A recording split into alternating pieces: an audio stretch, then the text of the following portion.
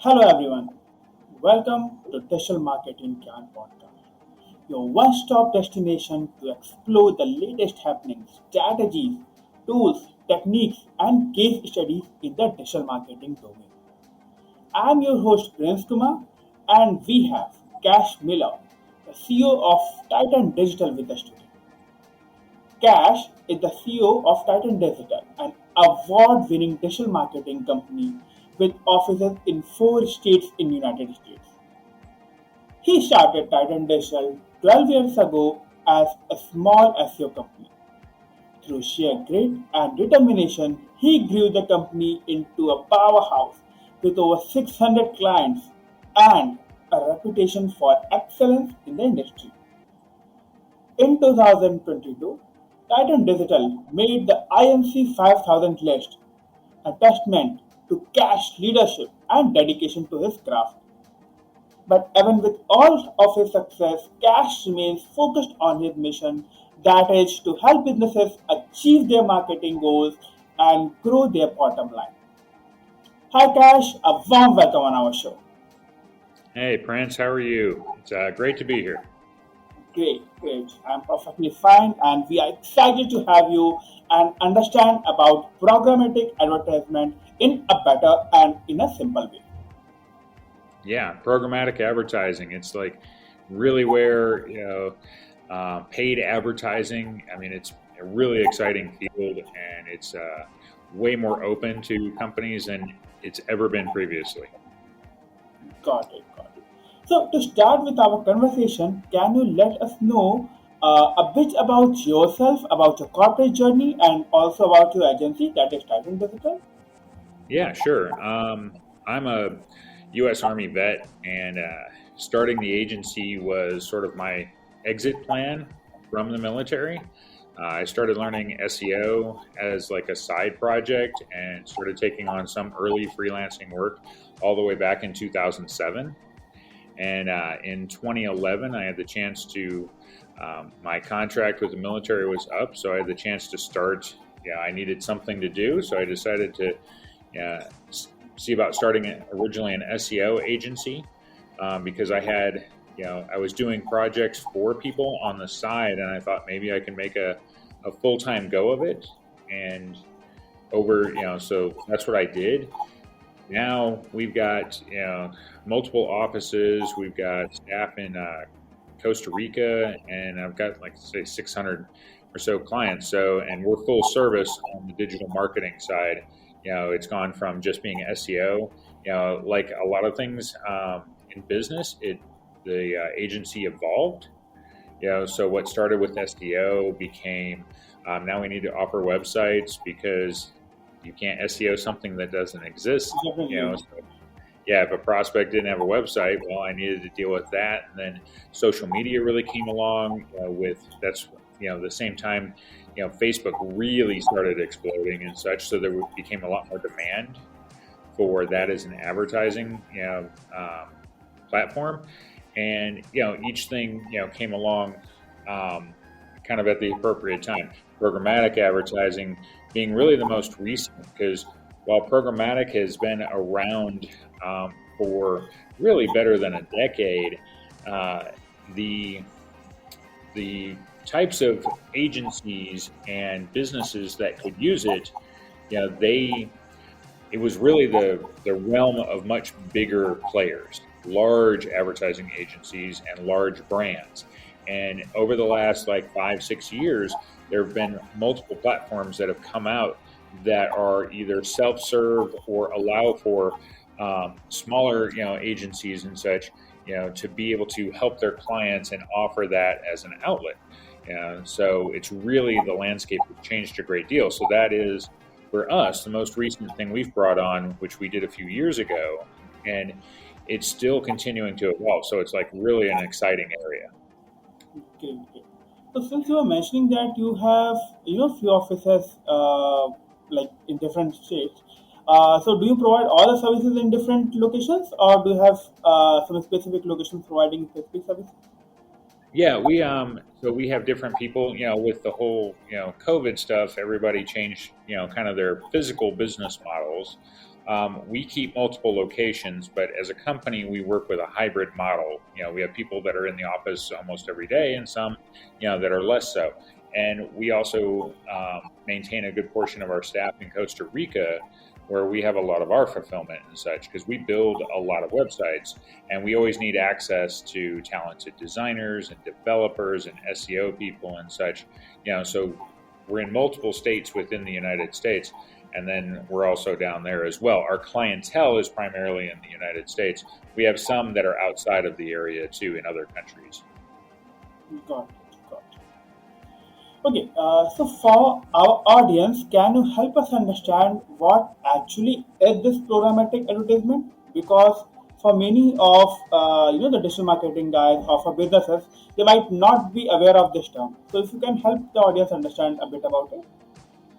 Well, okay, so programmatic advertising, it's broken down in multiple ways. One of the things is the types of ads you can run. Another is going to be the devices that those ads will run on. And the other one is going to be like the delivery through like websites, but also apps. Okay, so you have, and then finally you have the audiences that you can create. We've heard a lot about privacy concerns and stuff and restrictions on social media platforms, but in the case of programmatic, those same restrictions don't exist because of the fact that programmatic platforms don't necessarily have direct knowledge of who you are. So if you have a Facebook account, Facebook knows your name, they know your actual location, they have all sorts of personal details and stuff about you, everything you've provided it when you built out your personal page, right? Programmatic's not that way. What it does is, it knows some things about my behavior, because it's really tracking what, it's really a big mobile thing. So it's tracking, my phone as a device. So it can see things, like that data kind of gets sent back to like where places I've been, physical locations, stuff like that. And so it's but it doesn't know necessarily who I am. The companies and stuff sell some of the data, but they're not giving away the personal aspects. It's more of my behavior. That's what they're really focused on. But you've got first, you've got multiple types of ads you can run. When we visit websites and stuff, we constantly see image ads and whatnot. So think of a news site that you go to, and you've got all the content you read in the news, but up in the right corner, you see an ad being displayed for something. Well, that's one type of ad that you can go with. They have a more advanced version of that called an HTML5 ad. And that's where you're seeing movement and stuff. It's not just static.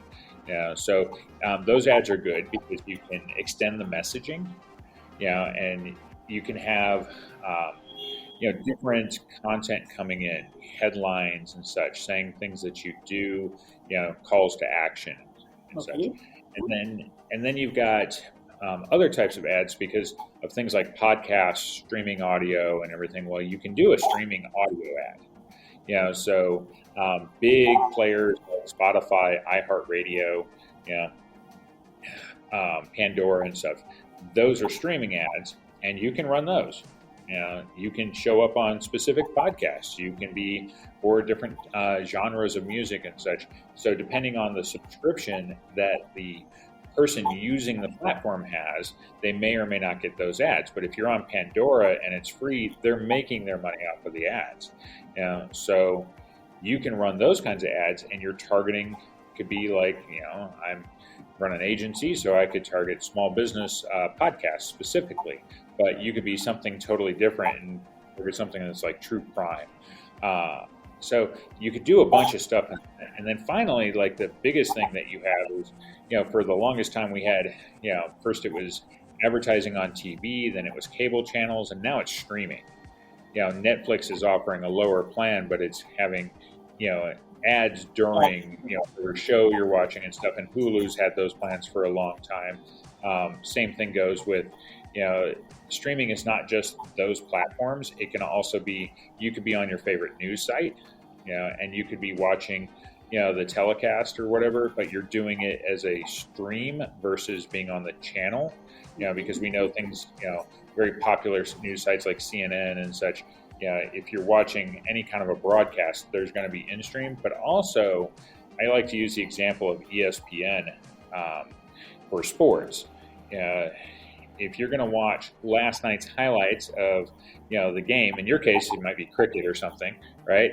But if you're going to watch the highlights, first you're going to get an ad before you do. And those ads are specifically like 30 seconds, so just like TV was, you got to keep to that same length, but you can do, in stream versus like, it gives you a bigger reach than say YouTube ads. Same type of ads, showing up before a video plays or during a video, but they're specific to generally being 30 seconds. You can get a lot more reach because it's not just one platform, so you've got those different type of ads you can run. Got it. So somewhere what we can understand that it has a lot of advantage compared to what we can say as the Google ads, because definitely there's kind of no restrictions in that case. Here it's everything is all about the kind of user behavior that has been looked upon. Okay. Right. Now coming to, let's say if there's any brand that wants to implement that, then what are the different ways, or if any brand wants to implement this programmatic advertisement, then what should be the steps for them? Well, you have to consider, so with these types of ads, you can run, they're also cross-platform. So you have to think of the end intent. So they can run on desktop, they can run on mobile, whether it's a phone or a tablet and stuff. And what they do is they carry across. So let's say that I get targeted, and it's my phone that picks it, is the target initially. But then I go in and I open up my Gmail, and then I go and open my Gmail again later on desktop or something. Those ads can follow me. So you have to realize first that you have a really wide reach. Okay. You can narrow it down, and say, I only want to show on certain types of devices. You also have websites you can show on, but you can show on apps as well. So the first thing you want to think about is, okay, who am I actually trying to reach? I've got this really broad reach that I can go with, but who is my ultimate target?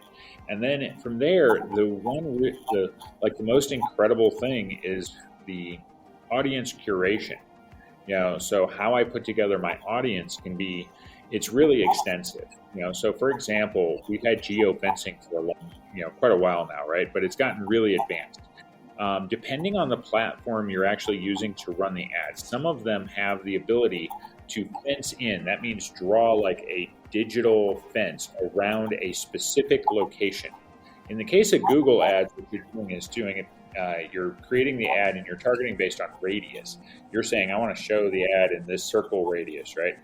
Programmatic ads, I can first say, I want to show my ads to around specific buildings. So say it's a car dealership. I could actually just target the lot of the dealership. And I might be running a dealership of my own. I might be an insurance agency or something. And I want to target that specific space. So I can do that. So first you want to define that target audience, because you have to decide, how are you going to reach them? Do I run a geofence campaign because I want people to enter my target location, and then from there I will target them? Or do I want to do it based on like behaviors or something? So if I was like Nike as a brand and I want to target people that are looking for running shoes, and I want to show them Nike shoes, I might need to target based on search intent. So like somebody does a Google search and they're looking for running shoes.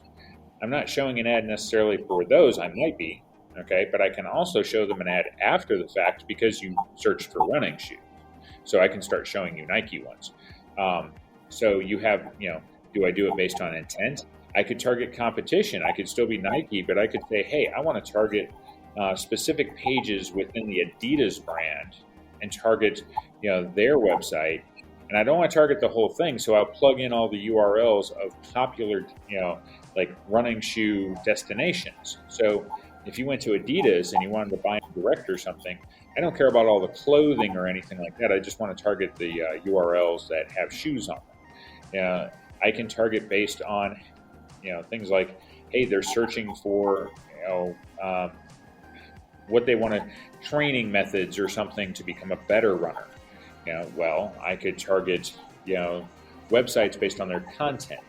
And they want to they're reading about how to become a better runner, so I could target based on that. There's a number of ways. So you want to get that targeting figured out first. Who am I trying to reach? And then how am I going to go about reaching? Okay. From there, okay, now it's going to be what types of ads do I want to run? Do I want to be on the apps? Do I want to stick to websites? Do I want to, and everything is kind of like stepped up. So if you say, well, based on my budget, I just want to do HTML5 and image ads, that's going to be the low end stuff. And then, okay, now I want to add in, maybe streaming video. That's the highest end stuff, but it has a great deal of reach. And then finally, I might add streaming audio. So what's going to be, my audience? Then what are the, methods? What kind of ads am I going to use to reach them? Got it, got it. Okay, so since you were mentioning that definitely target audience is something, now coming to like as we run the campaign on Facebook or LinkedIn, so what are the different criteria? Definitely interest is one thing that we are clear with, that what is the intent that we have of the customer.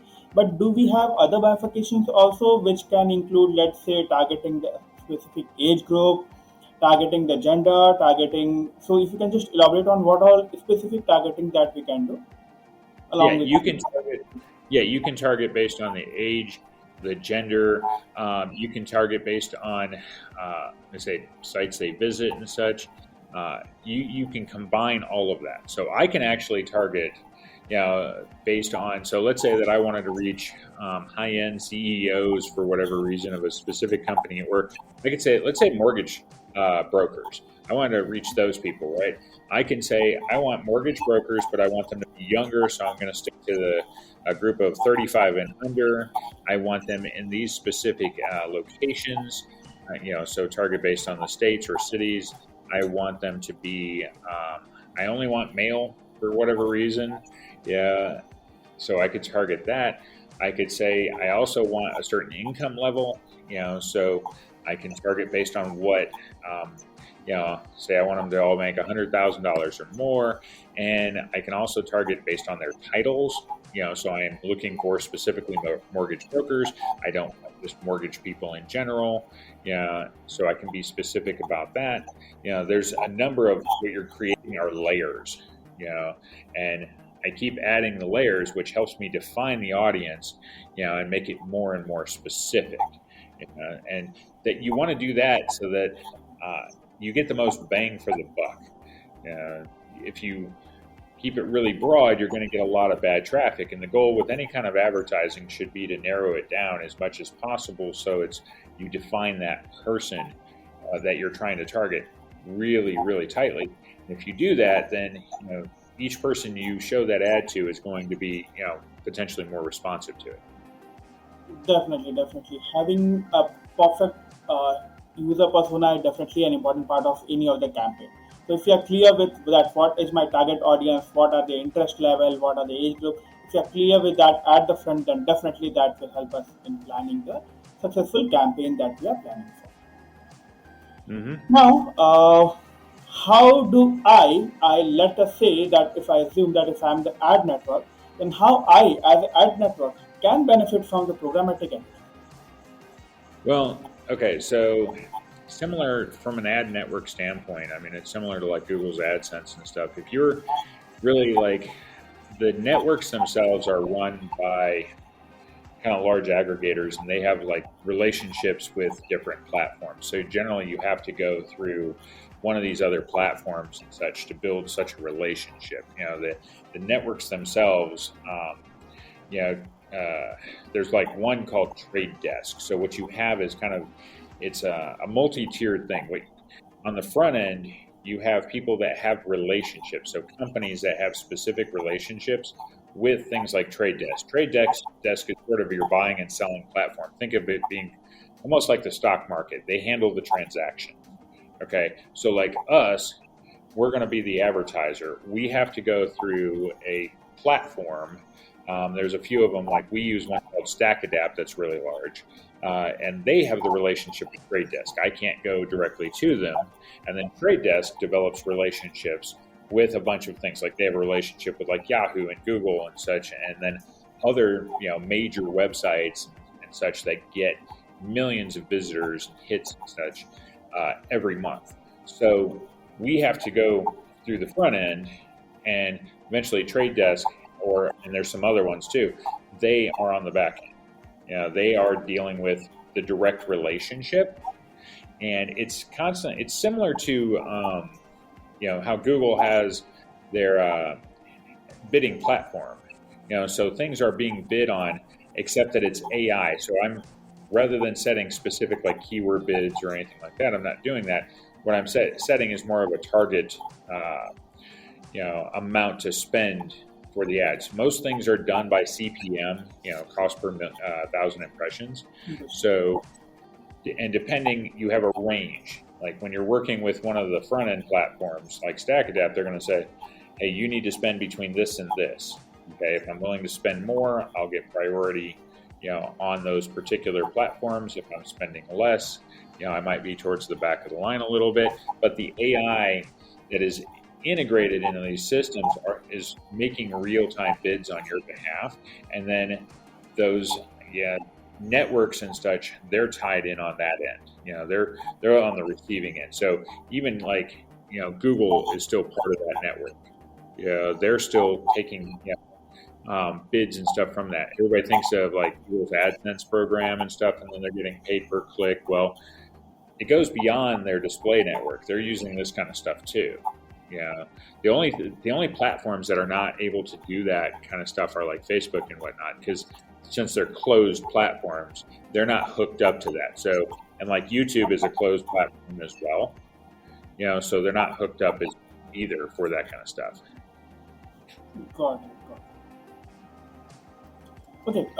Now, definitely, you have given a lot of advices on how brands can use that and everything. Now, can you also help them? Because if, let's say, if someone is interested for exploring that, then what are the different popular platforms, or what are the best tools that businesses can use for managing their programmatic advertising? Well, like I say, we use a platform called StackAdapt. It's a pretty large, like 600 or 700 person company that's got a lot of these relationships. Another platform, and what we like is on their end, we have an account manager that we work with, so they can help us set audiences and everything correctly. Like they'll double check. We're able to go in. So you have to think of platforms kind of coming three different ways. One, you go to the platform, and this is primarily for really large advertisers. You go to the platform and they'll set everything up, for you. Okay, so they're going to create your whole campaign. You have the other end where you're going to set everything up yourself. They have some full do-it-yourself campaigns or platforms that are out there. So as an agency, we could go, do that and do all the work ourselves and such. And brands can do it directly that way as well. You just have to find one. But the third model we like is, and what we do, it's an in-between. A company like StackAdapt, we have account managers that we deal with. We're able to go in, make our own adjustments and such, because sometimes you don't want to wait for them. You might see something they don't see, but we want their assist, to double check what we're doing, make sure we're hitting the right audiences, things like that, because there's, this is what they do all day long, right? Whereas for us, it's a service offering. And another platform we used in the past is Agility Media. One of the things I like about their platform is, depending on the platform, the geofence abilities are a little bit different. So with StackAdapt, I can circle specific buildings, so I can narrow the radius down to like 100 feet or something. I can get it really tight, but it's similar to how Facebook can get something really tight. Okay, so you don't have to do a mile radius. You can do it much smaller. Like Google directly, they require like a 1 mile radius to do it. So you can tighten it. Whereas Agility, they have the ability to fence in specific buildings or parking lots or anything like that. And what you're using whenever you do that is a satellite view. So they've hooked in a Google satellite view for their maps, right? and you can see the building, you can see the outline, and you can draw right around it, and then you're only targeting people that are walking in and out of that building if they're physically in there, and I'm able to avoid everybody else. And so if you're really going to be heavy in geofence campaigns, that's going to be a better platform for that end. You still get an account manager and everything. Yeah, it really depends. Every platform is a little bit different. So, and there's, something like, I think 24 or more now that are out there. There's a number of these platforms that exist, but you still need the knowledge, so I say on one end, they're really big platforms, but they tend to only work with really big brands, and they don't have a self-serve option. On the other end, you've got the self-serve option, so it's really not, so those are a couple of platforms that we have experience with. You're looking at what are the actual targeting capabilities, and also some of them have different relationships, so they may or may not have as big a network that they can tap into, because it's not when you're talking about things like trade desks, you have to have a relationship with them as the middleman, and they have a bunch of relationships, and depending on who your middleman is, they may have more or less of them, so you get a bigger reach. Our reach typically is like, I don't know, we've got millions of websites and around 600,000 apps that we can get to. Yeah. So they say there are a bunch of platforms though that exist nowadays. It's become real big business to go after, smaller companies. Got it, got it. Okay. Now coming to since you have mentioned about what are popular platforms. Now also, what are the popular models? Uh, in programmatic advertisement, definitely there are. You mentioned in the initial that cost per impression is generally preferred in programmatic advertisement. But what are the other different models that if any business have to go upon, then they can use this? I mean, when it comes to programmatic stuff, the what you're looking at is really it comes down to ad types, who you want to reach, the devices are going to cross over and such. So the one thing you really need to think about is if you're doing other types of advertising, Facebook or Google Ads and stuff. All of these platforms, they play into each other. So it's really about building up, not necessarily a specific model. So take for example retargeting ads. You can run retargeting ads through a programmatic platform. Okay. But you could be driving the bulk of your traffic from like Facebook or something.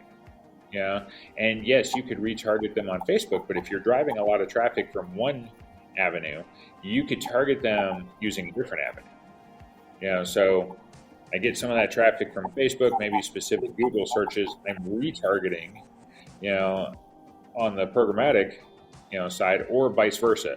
I could be targeting specific things, types of people to visit a website, and then I could hit them with retargeting ads on Facebook.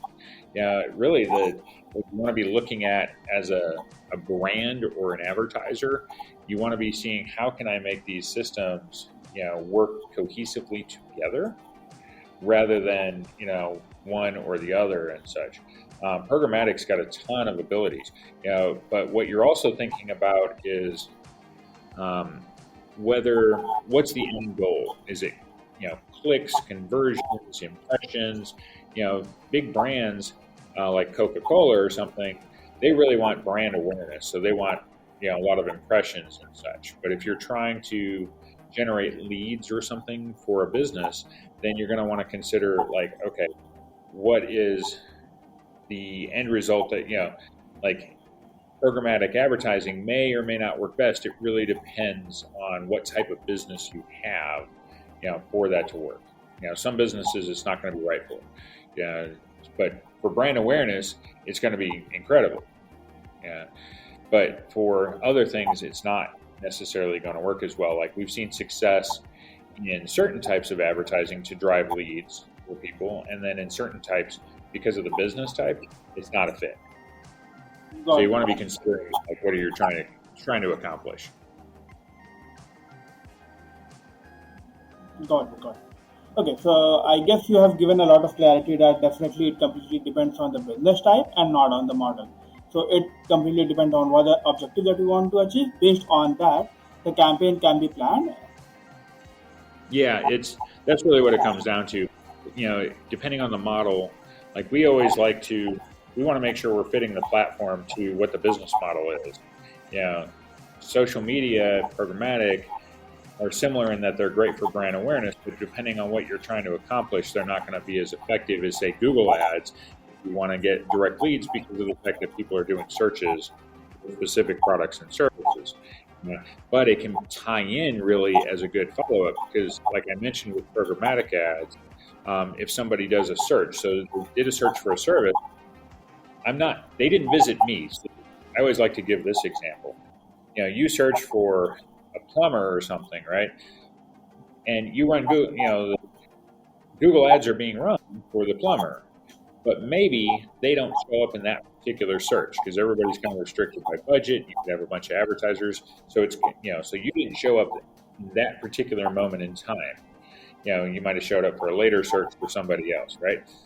If I'm targeting plumbers, those search terms, even if I didn't show up, or maybe I showed up and they didn't click my ad, I can still hit that person with an ad not that long after because of what they searched for. That's how these things can work together. I can grab traffic that maybe the first time around I didn't have a chance at. Like say either I didn't show in the search because there's only so many slots, right? Or I showed up, but they didn't, for whatever reason, they didn't click my ad. Well, I can still hit them afterwards with a programmatic. That's not even a regular retargeting. Retargeting is based on they visited the site. They actually were there. So I'm targeting based on the action, not, on the front end versus, what they actually ended up doing. Definitely.